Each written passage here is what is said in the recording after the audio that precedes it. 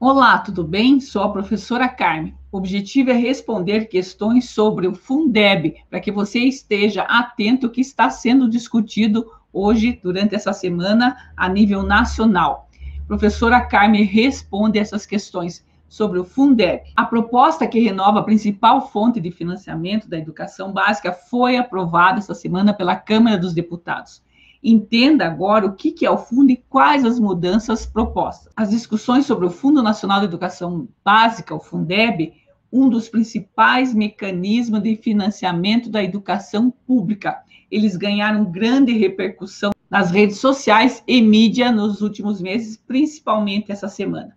Na terça-feira, agora dia 21 de julho, a Câmara dos Deputados votou pela PEC 015/2015, que propunha a renovação do fundo e o tornava permanente. O texto base foi aprovado e segue para a votação no Senado. Vamos entender todo esse processo. Começarmos pela simples questão. A professora Carmen responde: o que é o Fundeb? O Fundo Nacional de Desenvolvimento da Educação Básica, ele vigorou de janeiro de 2007 até 31 de janeiro de 2019 e foi estendido até 2020.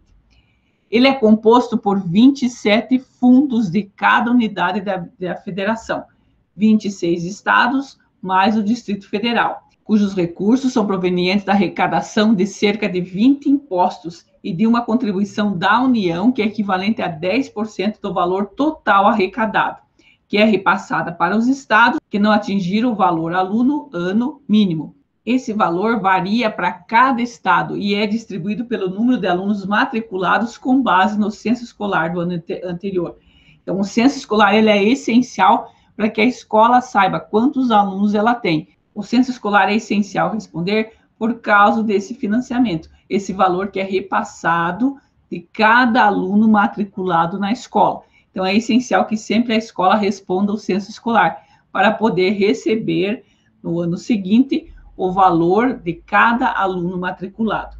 Esse financiamento ele vai auxiliar na educação básica. Antes nós tínhamos o Fundef, ele era direcionado ao ensino fundamental, que era obrigatório. Esse valor, esse investimento, esse financiamento, ele é direcionado a essa educação que é obrigatória, por isso que antes era chamado Fundef. Vigorou entre 1998 até 2006, o qual mudou a obrigatoriedade para a educação básica. Por que foi criado esse fundo?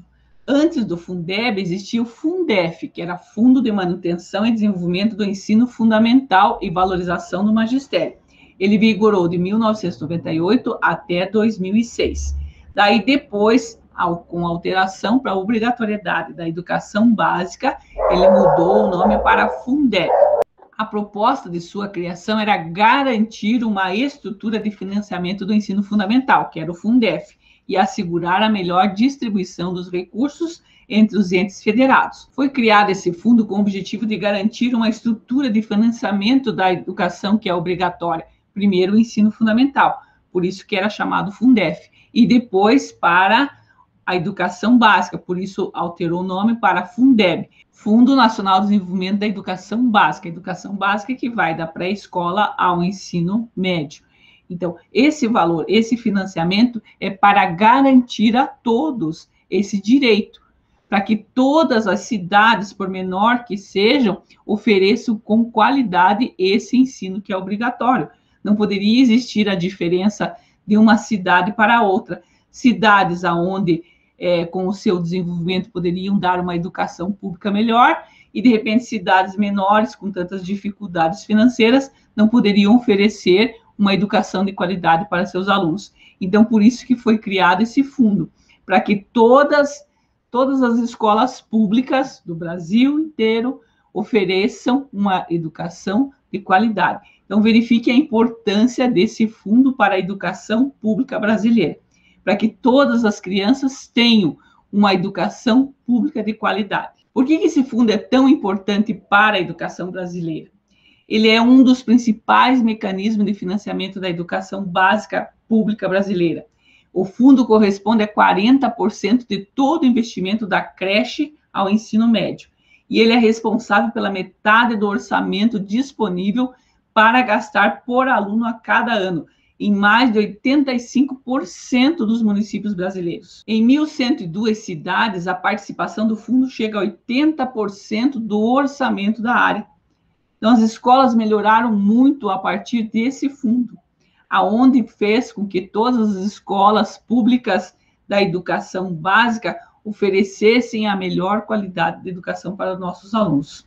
Um investimento também na valorização dos professores. O dinheiro do Fundeb pode ser usado no financiamento de todos os níveis da educação básica, ou seja, os estados e municípios podem usar livremente os recursos entre as etapas e as modalidades, mas algumas regras de aplicação que devem ser seguidas. O que pode?